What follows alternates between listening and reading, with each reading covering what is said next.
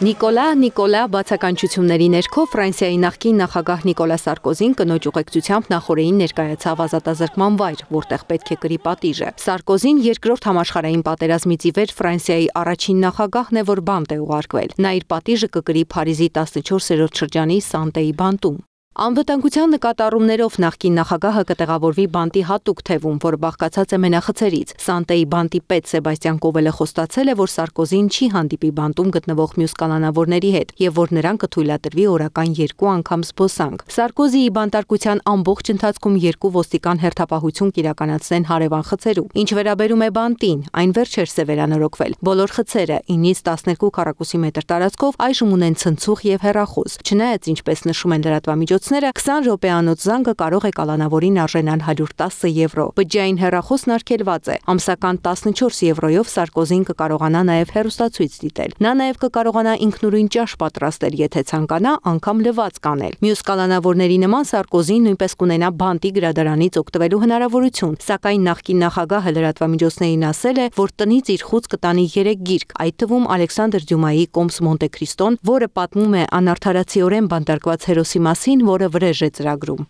70-ամյա Սարկոզին նաև մի քանի տաքսվիտեր է վերցրել իր հետ, քանի որ բանտում կարող է ցրտել, ինչպես նաև ականջի խցաններ։ Նրա փաստաբանները վստահ են, նրան կհաջողվի ազատ արձակել մինչև Սուրբ Ծնունդ։ Հիշեցնենք, Սարկոզին դատապարտվել է 5-ամյա կալանքի Լիբիայի կառավարության կողմից իր 2007 թվականի նախընտրական քարոզարշավն անօրինական կերպով ֆինանսավորելու համար։ Բանտարկությունից առաջ իր վերջին խոսքում քաղաքական գործիչը նշել էր, որ նրանք բանտարկում են ոչ թե նախկին նախագահին, այլ անմեղ մարդու։ Զարա Սարգսյան, APC Media։